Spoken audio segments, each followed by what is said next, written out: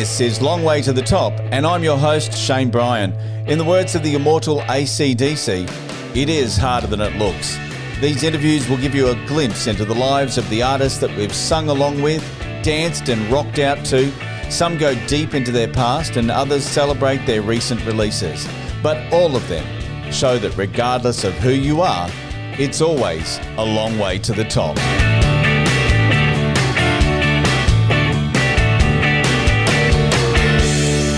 Welcome to Long Way to the Top.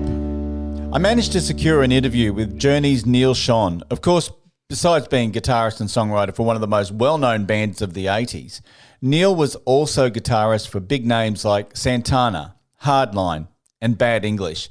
As a session guitarist, he's worked with rock royalty like Sammy Hagar, Joe Cocker, Jimmy Barnes, the Allman Brothers, and he was chatting about his latest Journey album, Freedom. I was explicitly asked not to ask any questions about the most famous Journey song, Don't Stop Believing. I think I may have slipped it in during conversation though. This is Long Way to the Top with Journey's Neal Schon. Neal Schon, welcome to the show. Thank you. Thank you for having me. Let's kick it right off. Journey, 25 gold and platinum albums, total sales of 100 million records. It's hard to even imagine, right? It's hard to imagine, too, that next year will be my 50th year in Journey. I'm the longest lasting standing member still. Last man standing. It's really like been such a quite an amazing ride. I mean, it's like I'm looking back and just, watching how we're evolving still. And it's quite amazing. We're playing now to sold out audience. We just played in New York, just got back late last night. And we played a show by ourselves. It was on a Monday night. It was an outside set. It was completely jam packed. Wow. No No other support. And, just fans going nuts on a Monday night. That's we play a lot on Tuesdays, Wednesdays, Thursdays, very seldom on the weekends, which most bands always play. Yeah. And we were like selling out like crazy. All the arenas, we're back in arenas. We're heading back into arenas again next year after we finish this year. We have a few more dates left, but we're sold out all the arenas and we're going to be going into stadiums, again. Wow. Now, if I may be so bold, there's not many bands that have had top 40 hits in every decade. Songs like Don't Stop Believing, Any Way You Want It. Every decade, there's a different style of hit song. Maybe Jefferson Starship, Def Leppard. I mean, you guys are kind of one of a kind, right? I think Def Leppard and us are very similar. Yeah. And we, both experienced probably the biggest success we've ever had independently with as far as Def Leppard's concerned and Journey with the tour that we did together with them in a stadium in 18, playing all stadiums and just complete sellouts. And so, we're always loving to get together with these guys. They're great guys. Our audiences mix really well. Yeah. And they're having a good time out there this year as well as we are. Yeah. So, we're keeping our eyes on each other. Who knows? In the future, it may, happen again. Oh, wow. That'd be a pretty awesome tour, hey? Journey and Def Leppard together. It's always great. We've done it twice now, and it's always been great. Yeah. Now, let's just have a talk about your career because you originally started with Santana and, you've been with Journey through everything, like you said, last man standing. You've been here for... you're the original member. You're the only one that has been there that whole time. You started out as a prog rock band in the 70s, then into power ballads of the 80s. Did a bit of a side journey with Bad English, and then even worked with our very own Jimmy Barnes. Yeah, what a journey! Yeah, Jimmy was. Hey, I've been like all over the place, man. But I've been playing for so many years. I mean, one would expect to actually have a lot of work behind him by now. Yeah. Otherwise, you're just kind of staying in neutral and not really, challenging yourself. And, I've been getting asked this all day long, but what drives you to come up with new music? And I'm like, what else is there? I mean, that's the reason I'm here. It's the reason I've always been here. I didn't really, play any instrument or guitar to become a rock star or to do any of that. It was like, I love music. And so the music is the thing that keeps you fueled. And if you don't continue to try to fuel your car, you're not going to go anywhere. I mean, it's like you can stay in the same place, you can rest on your laurels, and you can completely just keep playing the greatest hits forever and ever and ever. And you can do that anyway. So my thought is like, why not do it all? Yeah. Yeah. New material. Exactly. We're going to talk about your new album very shortly. I believe I read somewhere that your father actually, sort of gave you the direction, and especially with the bands like Santana and that, it was really sort of his sort of pushing and inspiration. Is that correct? My father and mother actually were the root of my exposure to jazz and big band arrangements growing up as a child. They used to have, rehearsals in our house when I lived back east in New Jersey. Tiny little house, and they'd all be crammed in a living room. It was like, about 7 or 8 of them, smaller, sized jazz band. But, constantly around the house, it was like Ellis Fitzgerald, it's Count Basie, Duke Ellington, Miles Davis. And then when I chose to pick up the guitar, my father was a woodwind. He taught saxophone, clarinet, oboe, all woodwind instruments. And, he had me start on clarinet, and, I was really kind of bored with it, as a kid. And I got good at it, but I was just like, this is not what I want to do. And around the time when I heard the Beatles, come out, and that jangle in the guitar, I was like, what is that? I got excited about playing a different instrument. So I picked up guitar, started playing when I was 10. And by the time I was 12, I was pretty deep in it with, the blues. I really loved the blues roots and studied all the greatest blues guitarists, B.B. King, Albert Collins. I loved Michael Bloomfield. All the work he had done, and I loved Electric Flag out of San Francisco at that time. And then, shortly after that, it was the British invasion, of the electric blues, and everybody that came out of Britain, Hendrix, Clapton, Beck, Page, their influences rubbed off on me. And, about 4 years in now, I started, I met a couple guys from Santana. It was Greg Raleigh and Michael Shreve, playing at a little club down in the peninsula in Palo Alto with a local band. And I guess they had heard about me by the bass player I was playing with was friends with Greg and Michael, and invited him down to the show. We ended up jamming a whole night, and, I ended up hanging out with Greg. He used to pick me up from high school, and, we'd head over to his father's house that was close by. His father had a piano there, and we'd jam all day, and I'd cut school and go jam with him. And it just kind of evolved, I started going to hang out with them while they were finishing the Abraxas album.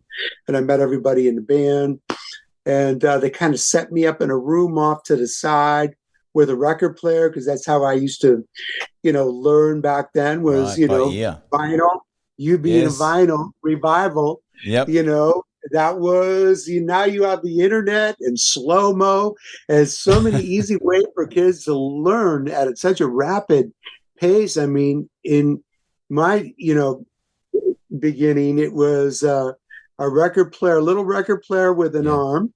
And, and 2 speeds, and, they still are. They still are, by, Right. If everything was moving by too fast, I'd slow it down. It would drop it and exactly an octave. And That's what I used to listen to, things that I couldn't pick up when I started studying, like John McLaughlin and jazz guys, that where things were moving by so fast it was hard to pick up Yeah. because they weren't blues phrases. Yeah. I'm pretty much managed how to pick up everything by ear from the blues without slowing things down. But yeah, Yeah. that Right. was And then Journey comes along, and I understand that the name actually was. I think you were going to do a radio competition, and it failed. that's right. Yeah, yeah. Let's That's not talk right. about that, And, given that this is radio. But this oh, one did yep, fail. Yeah, we had a contest going on in San Francisco.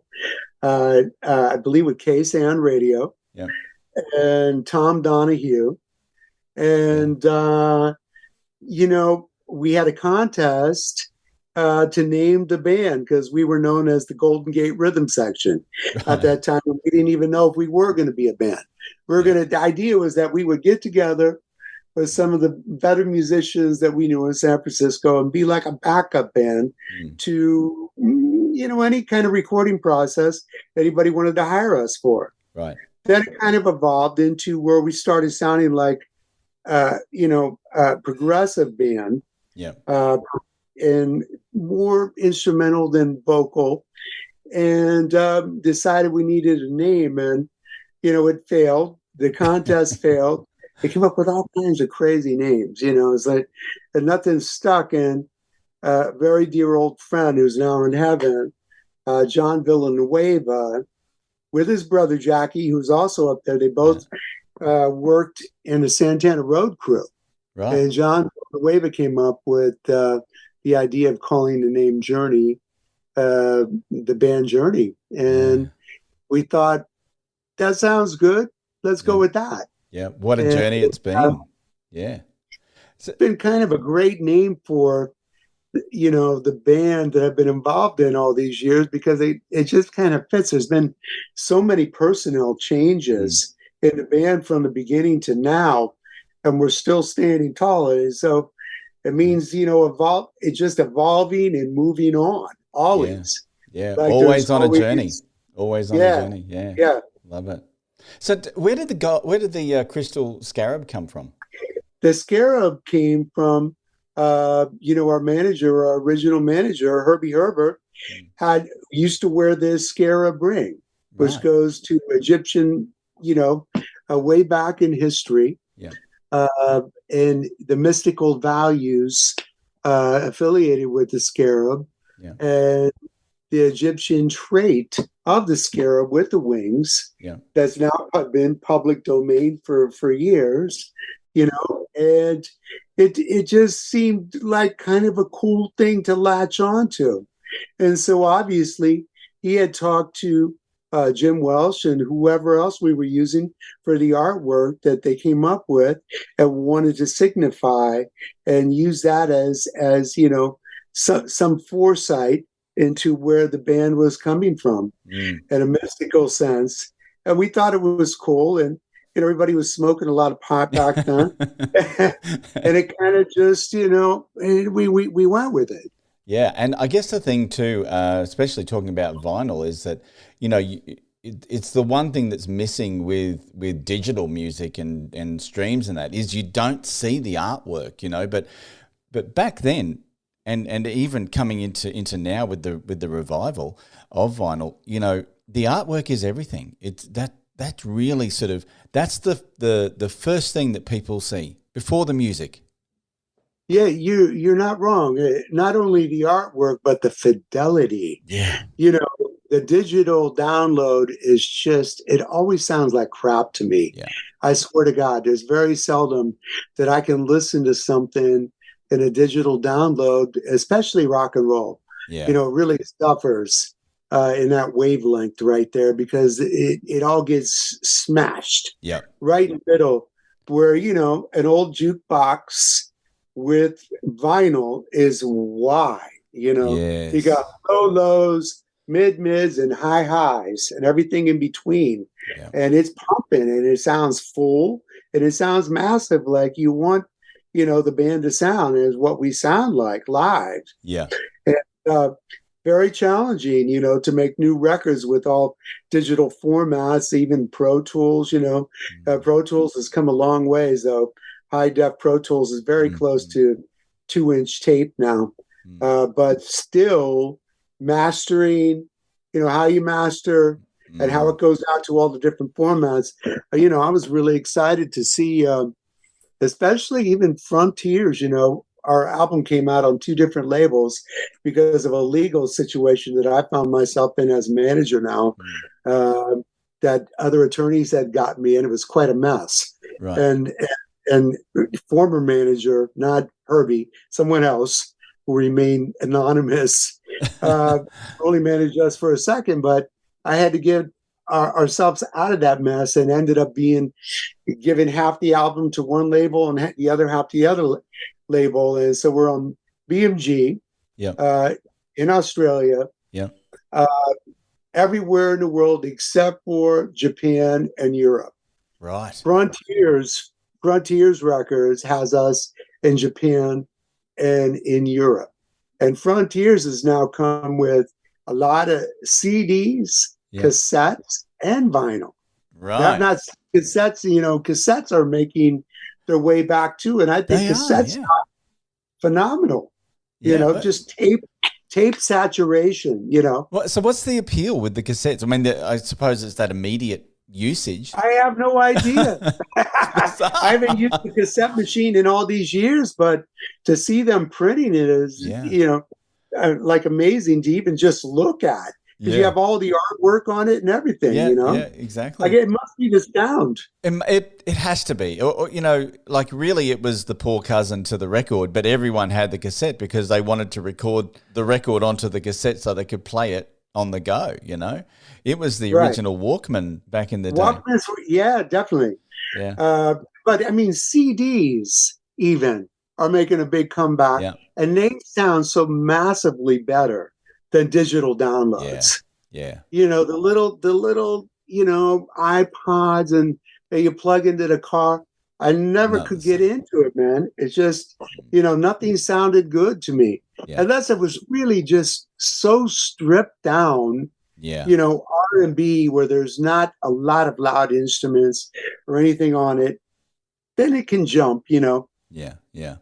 Massive low end, but you still don't hear a lot of fidelity. No, absolutely. Well, let's talk about the new album. It's been 11 years since Eclipse.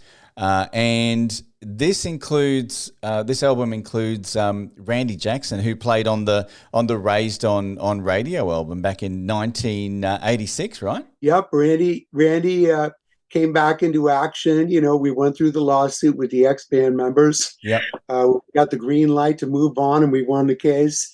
It was time.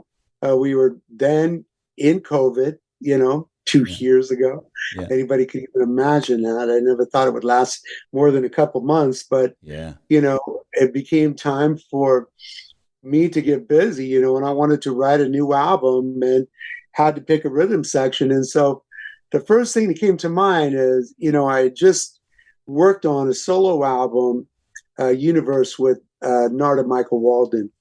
And I've known him for years, from all his work that he's done. Really, before he became a producer, I first met him when he was playing with Mahavishnu Orchestra. And when Journey was opening up for Mahavishnu, both with Billy Cobham and then with Narada, Michael Walden. And so we were still opening up shows for John McLaughlin and Mahavishnu, and that's when I met him back that far. So knowing of his capabilities and all the work that he did with Jetpack, and a Wired album and Jan Hammer and my affiliation with them too is like, I thought he'd be a great drummer to just start a clean slate with and go in and experiment with. And he's very creative, a producer as well. So we decided to produce the record together with really no certain agenda, It wasn't like I had an A&R guy from a label saying, well, you guys need another Separate Ways. You need another one of these. You need another one of these. It was a clean slate. And so we went in every day and we laid down about 35 ideas, Mm. arranged them and just cut guitar and drums live. Right. And then, Wow. I'd overdub bass on it, and I'd play a few keyboards just to try to demo it up. And Narda would play keyboards sometimes because it was just him and I in a room at the time. And then he had me start singing on stuff, and I sing my vocal ideas, Mm-hmm. my harmony ideas, and he would do the same. Then we'd refine it a bit, and then send it out to everyone to work on. Mm-hmm. And they would work on the album in their individual studios. Randy was in LA. Yep. Jonathan was in Florida. Arnell was in Manila. Yep. Jason Turkalaka was in somewhere, LA somewhere at the time. I don't even know where he was, but everybody kind of worked on their bits and pieces in their own environment. Right. But somehow, the album still has a lot of life, I believe. It's something I learned cutting the early albums I did with Jan Hammer, the solo albums I did with him, Sean and Hammer. There's 2 albums we did. And I went upstate to work with Jan on a little 3-week break before we did the first album. And I was like, I thought we were going to just write. And he goes, no, man, we're going to lay it down. I go, well, who's going to play drums? He goes, I play drums. So Wow. I was like, no clue, that he was an excellent drummer as well as a keyboardist. Much like all the great guitar players and keyboardists, they all play drums. Yeah, I'm exactly. a frustrated drummer myself, I'm going to learn to play one of these days because all the parts are in my head, Yeah. But I learned that laying down guitar and drums, you get all the fire there. I play live guitar solos, even if there's no bass. You just play with the drums. Yeah. And then it's interesting to put the bass on afterwards to follow where you go. Yeah. And I've made solo records with Steve Smith like that before. And so this was not a new experience for me but it was a new experience to work on a Journey record that way. Yeah. I found it very, it was inspiring because we weren't just locked into anything, It's interesting you say that because I really felt in listening to the album that there was everything from your 80s ballads to your 70s rock and your 90s sort of stadium bangers. It really sort of encompassed that whole journey, so to speak. Yeah, and there's been more people that love it than a few that just say sonically, I don't get it. What are you guys thinking? And I'm like, you know what? You must be listening to a little digital download because when I stick it in the car in a decent car stereo, it just kicks ass and it sounds very much like what we sound like live without being overly processed and overly produced with many, many tracks of this and that. Yeah. Very stripped down, big sounds on the instruments, and maybe not so flat and in your face like a clinical type, recording or mixing process, but it's what the band sounds like live. Yeah. So I chose to go to capture, the energy of that, of what we are live. And, I think we did it. And Bob Clearmountain, I think did a phenomenal job of, making it all have continuity from track to track, even though many of the tracks are different styles of music that we touched on. It is about that, about the ebbs and flows of the album and where it takes you on that. Every time I mention Journey, like you've picked a good name for a band, because that whole album, is a journey of that ebbs and flows, and it takes you through that hour and 15 minutes. I felt that also that being that we had not come with any new product in 11 years, being it was going to be my 50th anniversary with the band, that I really wanted to be able to show our fans old and new, and there's many new and many old and many in between, but that we could still capture everything that I was involved with from the beginning with the jamming aspect Yeah. of that. You definitely can tell that there's areas in this record, even if it's not a 10-minute long guitar drum jam, that there's a fraction of a section of a song that is absolutely loose Yeah. and flying Yeah. with that vibe in it.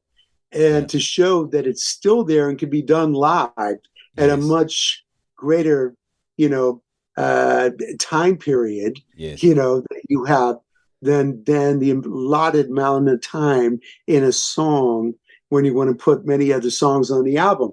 So I wanted to encompass everything that we've ever done.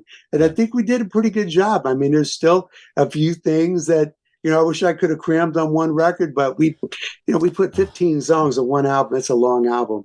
Look, and some of the tracks. I know we don't have a lot of time, but The Way We Used to Be, You Got the Best of Me, Don't Give Up on Us, Let It Rain, United We Stand. I mean, they're like the singles that have come out, and yeah, they're only just really scratching the surface of this incredible album.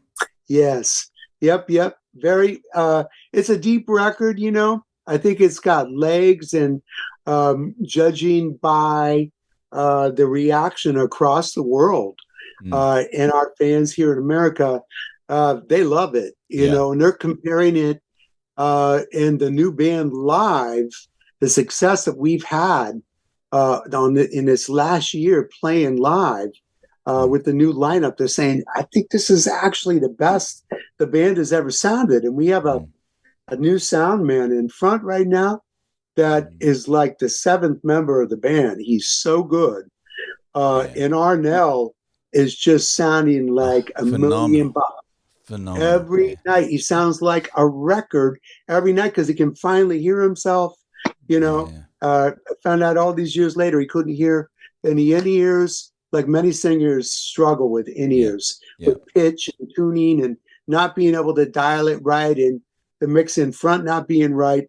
It finally sounds like an album in front, to where I feel very comfortable. If somebody says, you want to do a live broadcast, I'm like, yep, let's go, and not worry about having to go in or fix anything. It's just, it's what it is. Yeah. Well, I know we are running out of time. Very quickly, the song Live to Love Again says, it's not the way your story ends, the chance to learn from where you've been. What's the greatest lesson that you've learned as a band?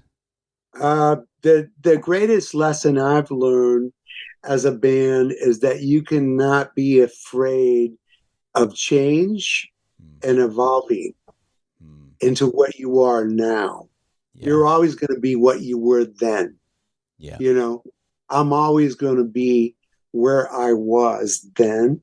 That doesn't leave. I mean, it's like every song that we've ever recorded, I can pick up the guitar right now and play, probably close to note what I played on the record. So you're always going to be that, but you have to evolve and you have to move forward in order to keep, I think, a lot of the younger generations' interest. And I think that they're very moved by this band right now. We have so many young people in our audience because I think they missed all the greatest bands that I saw as a kid.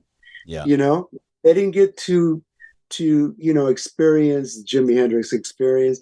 They didn't get to see the Cream live. They didn't get to see Led Zeppelin. They didn't get to see the Faces, Rod Stewart and Jeff Beck. I got to see all of that and more, and the Who. I love the Who. I used to go see the Who all the time, and the Faces. They were like my favorite party band. And I love the fact that they never played anything exactly the same every night. All those bands I mentioned, everything was you have different. your verses, you have your choruses, and then you have your excursions, for live. And that's a wonderful thing. And we've been doing that lately, and the audience is right there. And so I think, the more that we continue to not be afraid of doing that, the more new audience we're going to pull in, because they never got to experience that, Yeah. what I saw, which is still the greatest times in rock and roll history I've ever seen. Yeah, absolutely. Absolutely. Last question. What are you listening to on your record player right now? What vinyl are you listening I to? don't have a record player. Right now, I'll edit that out. No. and I'm really not listening to anything. Right. To be quite honest, I just got off tour last night. And so what I've been actually doing is relearning the new album so that when we go into rehearsal with all the different songs, that I remember what the hell it was, because, it wasn't well rehearsed. Yeah. It was off the cuff. It was made up on the spot. Nice. And then it took a while for the album to come out. So when something happens in time like that, it's much like going in and, if you can imagine, doing like a fusion album with jazz musicians. They get in a room, they're great players, they talk about it, and they roll tape. Yeah, that's you don't know whatever comes out, Yeah, this happens to be a rock and roll record that's a little bit, not as loose, and you don't have quite the freedom of a jazz, format like that. But with as much design as you can put in to where we came from, there's that much freedom too. And so luckily for myself, I can remember where my fingers went when I listened to it, and I sat down with it. But I do have to sit down with it and relearn it a bit and take my mind back and my brain back to where I was. Yeah, I got to jump. I'm being told I got to jump because I have another interview. Thank you so much for joining us. Cheers. Thank you, Shane. Thanks, Neal. Bye. You're welcome. Thanks for listening. I hope you've enjoyed this episode of Long Way to the Top. Hit plus or follow to subscribe to the podcast, and head over to Facebook at the Long Way to the Top podcast and give us a like. Keep on rocking, and I'll catch you on the next episode of Long Way to the Top.